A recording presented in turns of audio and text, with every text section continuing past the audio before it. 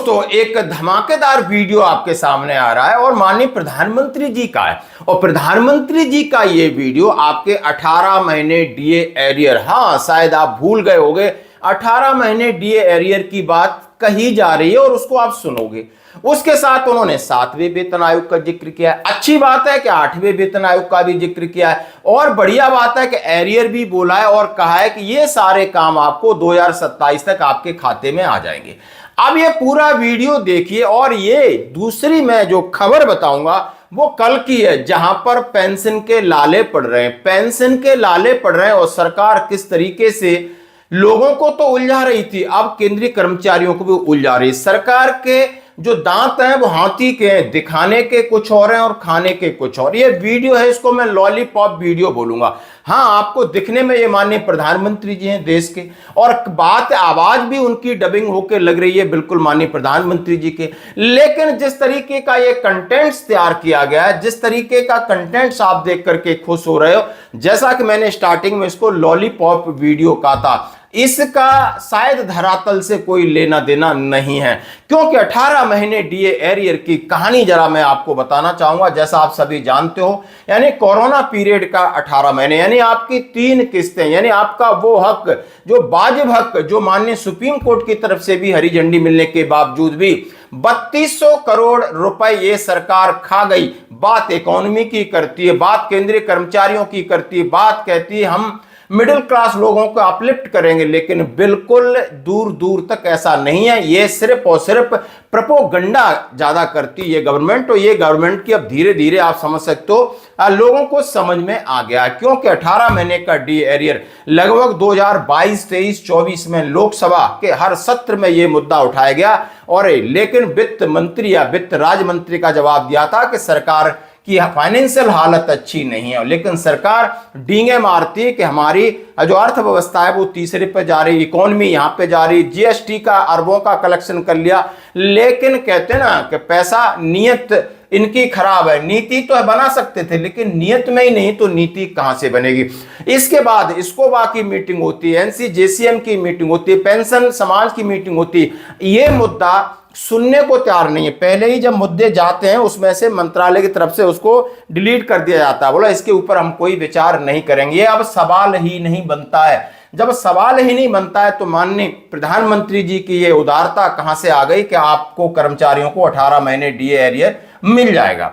अब बात करूंगा 7वें वेतन आयोग की, बात करूंगा 8वें वेतन आयोग की। जिस तरीके से कहा है कि हमारी सरकार ने 1 जनवरी 2016 से आपको 7वां वेतन आयोग दिया, ये कहने की बातें हैं, दिया है तो कोई एहसान नहीं किया है। वो कितना दिया है वो आपको पता होगा, खासकर फौजियों को तो अच्छे से पता चल गया होगा कि 7वें वेतन आयोग में उन्हें कितना फायदा मिला होगा, और वो आपको आरओपी 2 और आरओपी 3 से क्लियर हो गया होगा।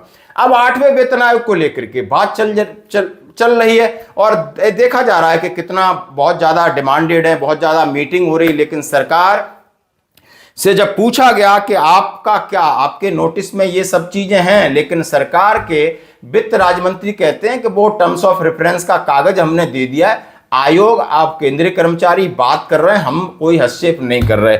जब इतनी सारी कहानी है तो फिर ये वीडियो आप समझ सकते हो धरातल से दूर है, यानी कहीं भी ये टोटल आर्टिफिशियल इंटेलिजेंस एआई का बनाया हुआ वीडियो, और इसीलिए मैंने इसको लॉलीपॉप वीडियो दिया। हाँ, हकीकत आपको जानना है, हकीकत से भी रूबरू कराना हमारा काम है, और ये हकीकत है। आप देख सकते हो 17 अगस्त 2026 का लेटर, पेंशन के लाले पड़ रहे हैं, लाले हमारी भाषा में बोलते हैं, यानी सरकार ने इस तरीके की स्कीम बना दी है कि बहुत दिनों तक आपको समझ में ही नहीं आएगा, बिल्कुल नहीं आएगा। और ये बात है पेंशन की। अब ये केंद्रीय वित्त मंत्री भारत सरकार नई दिल्ली को चिट्ठी लिखी है और लिखने वाले हैं डॉक्टर मंजीत पटेल, अखिल भारतीय एनपीएस कर्मचारी महासंघ। इन्होंने लिखा है क्योंकि ये 8वें वेतन आयोग से मिले और उन्होंने अपनी चिंता जाहिर की कि सरकार पेंशन देने के मूड में अब है नहीं, पेंशन बिल्कुल बंद ही करना चाहती। क्यों मैं कह रहा हूं, कहने का तात्पर्य मेरा यह है कि जैसा कि आप पेंशन को 3 भागों में बांट दिया, एक ओल्ड पेंशन, एक न्यू पेंशन, एक यूपीएस यूनिफाइड पेंशन। अब यूनिफाइड पेंशन का ना एनपीएस को इन्होंने एक नया वर्जन बनाया और वहां पर बहुत सारी चीजें उन्होंने दिखाई, ख्याली पुलाव दिखाए, आपको ये फायदा होगा, ये फायदा होगा, ये फायदा होगा। 1 साल पहले जिन लोगों ने अडॉप्ट किया यूपीएस, यानी नया पेंशन सिस्टम अडॉप्ट किया, फायदा होगा। अभी तक उनकी पेंशन स्टार्ट नहीं हुई है, पेंशन नहीं मिली है, 1 साल से भटक रहे हैं लोग।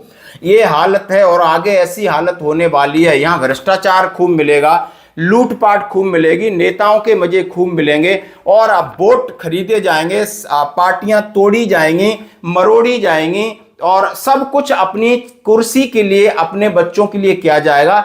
अपने इनके सबके घर विदेश में हैं, इनके बच्चे विदेश में पढ़ रहे हैं, यहां काम करने वालों के लिए बहुत बुरा हालत है। सामने आ गई व्यवस्था, आपके सामने सच बता रहा हूं, इस व्यवस्था को जितना आप अंदरूनी पढ़ोगे, यानी ये जो नेता बैठे हैं, ये उनका काम है कहीं ना कहीं ऐसे मुद्दे बनाना, ऐसे ऐसे वीडियो बनवा देना, ऐसा मीडिया में नैरेटिव पैदा कर देना ताकि आपका दिमाग सच्चाई से दूर रहे और दूसरी जगह उलझा रहे। ये बात क्लियर है। मैं क्यों कहना चाहता हूं कि इनकी वेदना देखिए।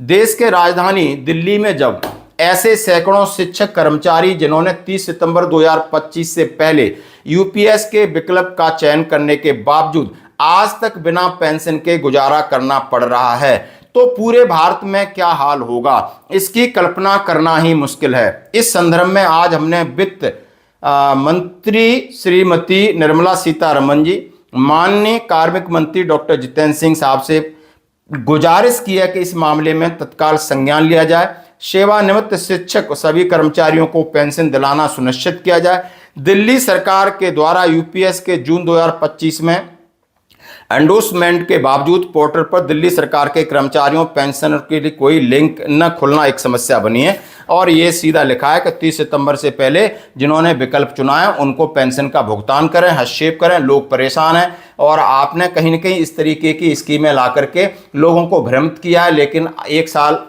हो गई है, पेंशन नहीं मिली। आप ये लेटर दे सकते हो 17 अगस्त का। मैं क्यों कहना चाहता हूं, आपको जमीनी हकीकत के लिए जमीन में जाना पड़ेगा। सोशल मीडिया पे बहुत सारे ऐसे मसाले मिल जाएंगे जिसको देख करके आप खुश हो जाओगे, लेकिन उम्मीद नहीं करना, क्योंकि सरकार बिल्कुल भी कतई भ्रष्टाचार नहीं रोक सकती। भ्रष्टाचार में अरबों रुपए लूटे जा रहे हैं, सरकार चुनाव में पैसा खर्च नहीं रोक सकती, पार्टियां बदलने में, तोड़ने में, लेकिन हां, जहां आप इनोसेंसी से काम करते हो वहां आपके लिए आपको तरसना पड़ेगा। ये है, खासकर मैं सीएपीएफ की बात करूंगा, खासकर मैं डिफेंस फोर्सेस की बात करूंगा। इनको 1-1, 2-2% डीए का इंतजार करना पड़ता है, दिवाली पर 6,000, 7,000 बोनस का इंतजार करना पड़ता है और यहां पर आप देख सकते हो क्या हालत है। तो आप इसके ऊपर क्या कमेंट्स करोगे, प्लीज जरूर कमेंट्स करें। धन्यवाद। अब कुछ लोग कहते हैं मोदी जी वह 18 महीने का एरियर दो हमारा हक है। प्रिय देशवासियों, मेरे प्यारे सरकारी कर्मचारियों और पेंशन भोगी भाइयों एवं बहनों, नमस्कार। आज मैं आप सबसे बात करने आया हूं।